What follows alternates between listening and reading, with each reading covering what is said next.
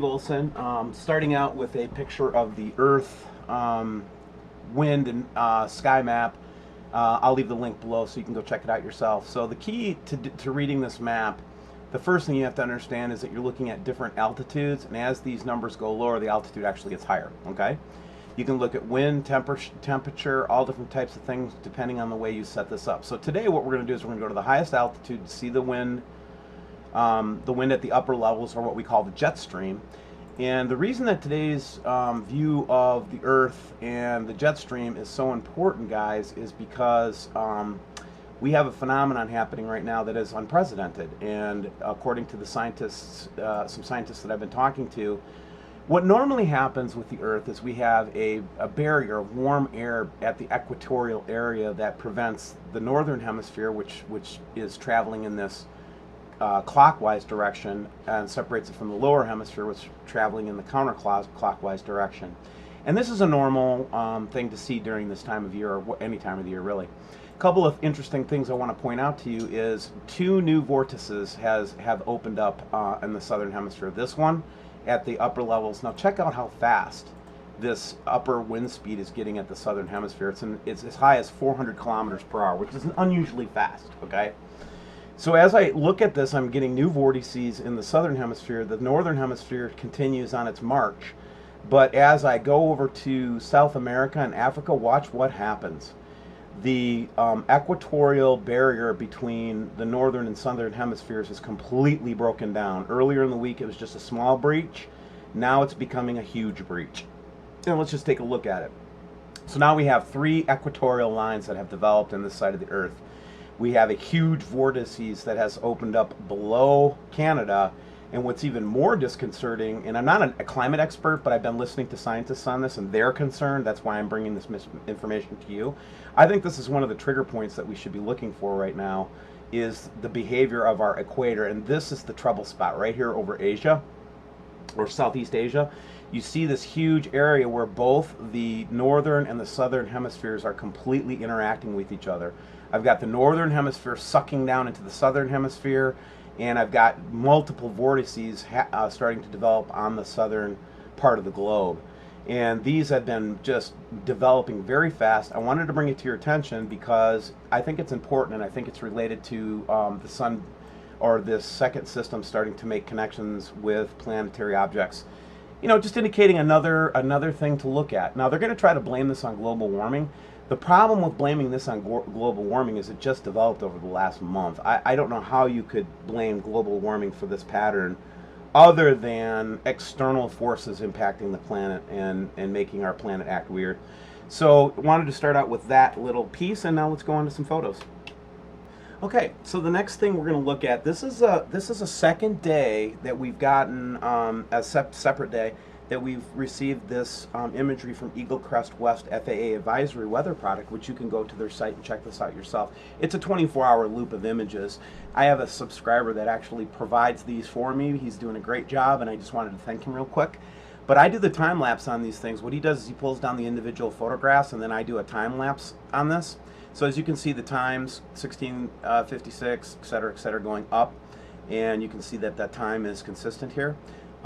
What you're seeing here is the sun going by an object in the extra atmosphere. And you can see that because the sun passes in front of this object, as you will see. And then we also have the classic halo showing up that we've been talking about for months. And again, very, very, very compelling image. But what's interesting is if you'll notice, this orb has those strange lines on it, similar to what we see from places like Sharon, which I'll show you here in a minute, and others, Sharon Harbeck. But as you can see, this is a compelling, to me, this is the best piece of evidence that we have collected so far of a extraplanetary system coming towards us. So here, second FAA cam from the Alaska area. This one's an anchor point looking west. Now the sun is setting here, and I have seen the moon come in at about a 45-degree angle to the sun. This particular body is coming in at almost horizon level, and I want to show you this, again, another piece of remarkable footage. Check out this orb that goes across the horizon, which is not the moon, by the way. Look at that.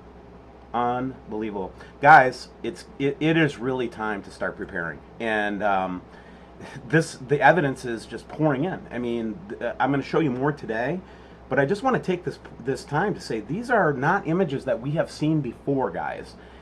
We've seen a little dot, we've seen a little extra orb over the years, we've seen all these different things, but have we ever seen anything like this, or the previous image that I just showed you? Absolutely not. I want you to think about what's happening here. This is not an entertainment show as much as it is a learning and education channel and trying to figure out what's going on. And the more I see stuff like this, guys, the more I'm saying to myself, it's time to prepare. It is. It's time to prepare. Okay, so this might be a good time for me to just talk about preparing for a little bit. So what WSO is doing to help prepare is we've created these group structures, and you can click the James at WSOworldwide.com below if you'd like to be in a group or start a group locally. The idea is to create local groups, and the organization is building very, very fast. I am now working full-time doing this, getting things ready, working on all kinds of projects. In order for me to do this, though, in order for us to do this, we're going to need your help, man. I mean, this is a team effort. I'm not, asking for people that don't have extra resources to give. That's not who I'm talking to. I'm talking to the people that's got extra. Listen, it's time for us to invest in the future, and I guarantee you that everything that we do and use this money for will be to build that future for you and for us. So please, won't you give some money today and help us out, and we'll continue to give you updates. Participate in a group, and you'll be able to actually hear what's going on through group conference calls and all things that we've got going on right now. But this whole thing's going to grind to a halt unless I get your help, and I really do appreciate it. God bless you for that. Okay, this next image that we're going to look at is another corroborating photo from the welding mask and from the two Alaska shots, or the one Alaska shot especially, where we see the orb structure with a wing behind it. And again, the reason I wanted to talk about corroboration for just a second is because when I can corroborate 3 different situations to show a object up in the sky, that is a scientifically valid way to do an experiment to see if my hypothesis is correct. So again, this is just further underscoring the need for us to stop looking at pictures so much, unless you've never seen this before, never been aware of it before, and start to think about what we're going to do to prepare. You know what I mean? So I don't mean to overly preach about this, but this evidence is super compelling, guys, and it needs to be paid attention to. So this next time lapse that I'm going to show you is more of an amateur one. She was holding it in her hand. She didn't have a tripod or anything like that. This is the United States again. And basically what she was able to capture was a fast moving object left to right across the sky. Now just take a really close look. I'm not going to manipulate this photo at all, but I just want to show you this little object up there that she caught. And you can kind of see it up there. Yeah, I know it's a little amateurish, but it's untouched. The sky is almost pure red, orange red, and then you've got this object scooting across the sky from left to right. And she wanted to send this to me and show it to all you guys. So there you go. So here's some amateur photography from June 6th in the United States again. And the first thing you see is this. Let's just take a look at what she said about this photo. Wednesday, July 6, 12 noon. It was crazy. HD neutral density. Okay? So there's the first one. And then she catches this blue orb.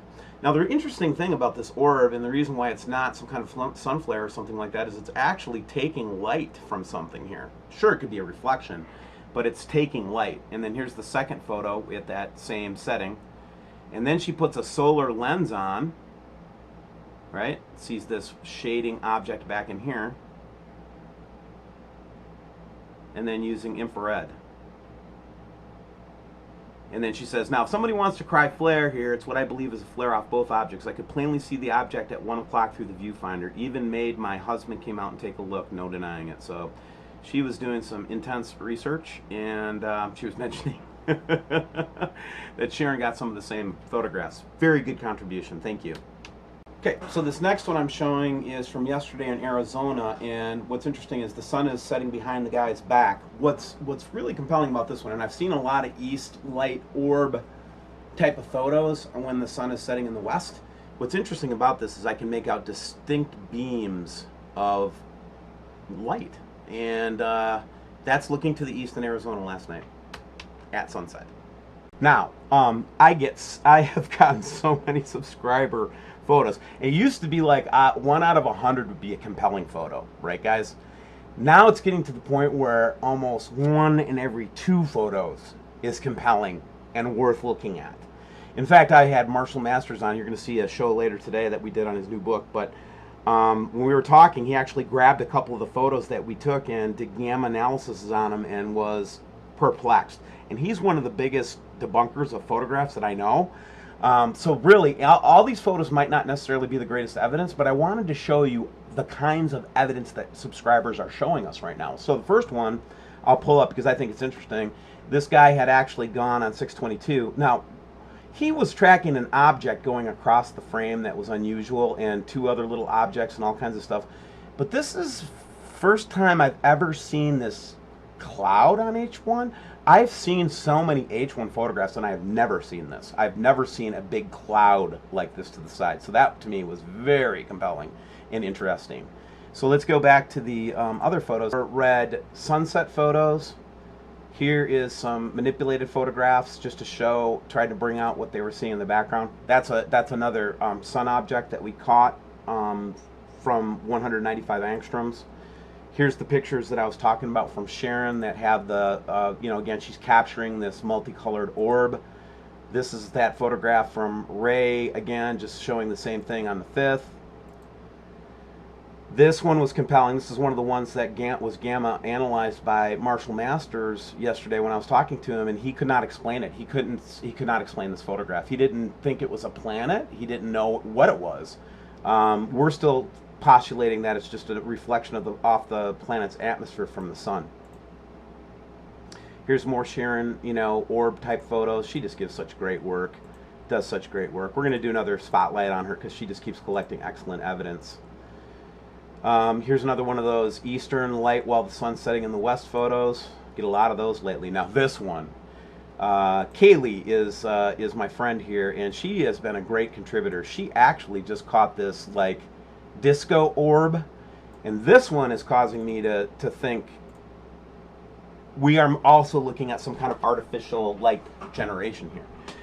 I can't explain why we would see a perfectly formed orb like this in any photograph. And she caught these in northern New Mexico, but you can see this orb looks like an artificial object. I cannot explain this one.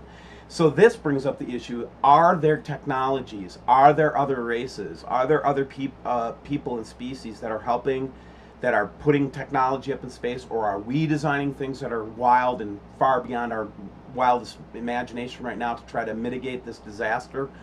Heck, I don't know, man, but this is definitely something that should cause and spark a conversation. Now, getting back to my chemtrail comments from last week with Wayne, we were just trying to be open-minded. I have done lots of research, and in fact, one friend of mine, Kara, she's been heavily damaged by chemtrails, and she proved it. She actually went in and looked at Morgellons disease and all those kinds of things. What I think's happening there is they built these nanotechnology robots to build fibrous materials to block the sun, without any regard to human life, without any regard to what impact it's going to have on surface life. And people that are sensitive to these types of things, and actually start the Morgellons start to happen, and it's horrible, guys. I am against it. I think it's dastardly that they would do such a major decision without our involvement. Okay, we were just trying to be open-minded that there are some good people in the government, and we're hoping that they step up in these last days to help us. All right, so here's more from Alaska. This one was also, this particular one was also analyzed by Marshall. This one, actually, he could not explain this one either. This was just an amazing, he just said, I can't explain it. He did a gamma analysis on it. We were both looking at this object in the corner. He couldn't explain that either. And usually when Marshall picks up a picture and he starts looking at it, within the first 5 seconds, it's 9 times out of 10. It's like, Steve, that's a lens flare. Don't look at that, or whatever. And we'll skip these because those are from yesterday. Here's more from Alaska. This one was a really compelling Skycam photograph that I saw from yesterday. And basically at Moonglow, and Moonglow is showing this shielding material starting to break. And it's also, which is exposing this large red orb behind the sun. Just more of the same.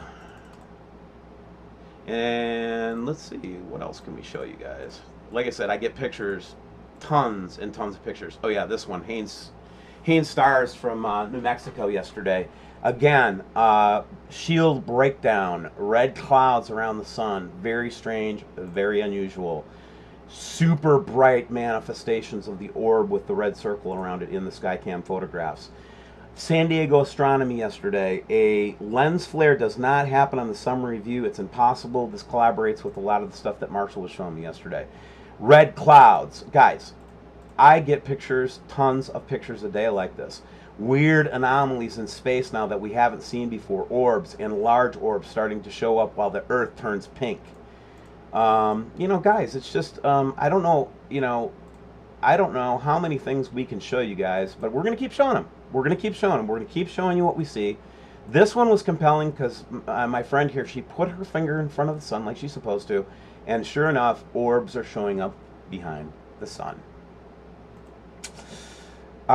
So, in conclusion here, as we go through the last couple of pictures, there's no way I can get through everybody's pictures that I'm getting, guys. And I want you to know how much I appreciate you sending them, and keep sending them, because we do look for the really important, bright ones. And here's the final example. I'll show you some stuff that we get from Alaska that's just been amazing lately. We're actually starting to see the texture and everything of this orb, this big red orb that we've been capturing. I'll show you another one here.